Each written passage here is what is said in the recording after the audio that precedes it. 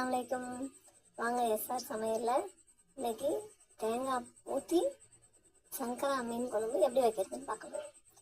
ஒரு சட்டியில் எண்ணெய் ஊற்றி காஞ்ச உடனேயும் கடவுள் பருப்பு, சீரகம், வெந்தயம் எல்லாம் போட்டு நல்லா பொரிய விடுங்க. அப்புறம் பூண்டு ஒரு 10 பல்லு பூண்டு எடுத்து தோலை உரித்து அதையும் போட்டு நல்ல பொன்னிறமாக வர வரையும் வதக்கிட்டு வெங்காயத்தை போட்டுருவோம். வெங்காயத்தை போட்டு அது ஒரு கோல்டன் ப்ரௌனாக வர வரையும் கொஞ்சம் வெயிட் பண்ணி அதுக்கப்புறம் என்ன பண்ணுங்கள், கொஞ்சம் உப்பு சேர்த்துக்குங்க. உப்பு சேர்த்தா கொஞ்சம் சீக்கிரம் வசங்கும். அப்புறம் தக்காளியை போட்டு நல்லா வசக்கணும். தக்காளி தனித்தனியாக இருந்ததுன்னா குழம்பு தண்ணி தனியாக குழம்பு தனியாக இருக்கும். நம்ம பேஸ்ட் மாதிரி ஆகணும். அந்த வெங்காயமும் தக்காளியும் நல்ல பேஸ்ட் பதத்துக்கு ஆகணும். அது கூட 2 ஸ்பூன் மிளகாத்தூள் போட்டு அதையும் மிக்ஸ் பண்ணி, மிளகாத்தூள் போட்டோடனையும் தீஞ்சிரும். ஆனால் எண்ணெயில் தான் மிளகாத்தூள் போடணும்.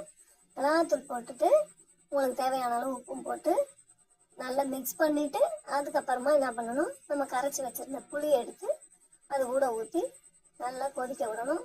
புளி ஊற்றுனதுக்கப்புறம் நமக்கு எவ்வளோ தண்ணி வேணுமோ அதையும் அதே டைம்லேயே ஊற்றிட்டு நல்லா கொதித்து புளி வற்றணும். அந்த அளவுக்கு நல்லா கொதிச்சாதான் குழம்பு நல்ல திக்காகவும் நல்ல டேஸ்டியாகவும் இருக்கும். அந்த எண்ணெயெல்லாம் கொஞ்சம் சிம்மில் வச்சுட்டு எண்ணெய் மேலே வர விடணும். அதுக்கப்புறம் என்ன பண்ணணும், மீன் அரைஞ்சி வச்சுருக்கோம்ல அந்த மீனை போட்டு தேங்காய் பாலாகவும் ஊற்றலாம். இல்லை நமக்கு தேவையில்லைன்னா தேங்காவை அரைச்சி அப்படியே ஊற்றி கொத்தமல்லி கருவேப்பிலை போட்டு எடுத்து சர்வ் பண்ணி சாப்பிட வேண்டியது தான். சுட சுட சாப்பாட்டை போட்டு மீன் குழம்பு ஊற்றி சாப்பிட்டா செம்மையாக இருந்ததுங்க. நீங்கள் வச்சு பாருங்கள். இது மாதிரி இனிமேல் இதே மாதிரி தான் வைப்பீங்க. நம்ம சேனல் உங்களுக்கு பிடிச்சிருந்ததுன்னா சப்ஸ்கிரைப் பண்ணுங்கள், லைக் பண்ணுங்கள், ஷேர் பண்ணுங்கள்.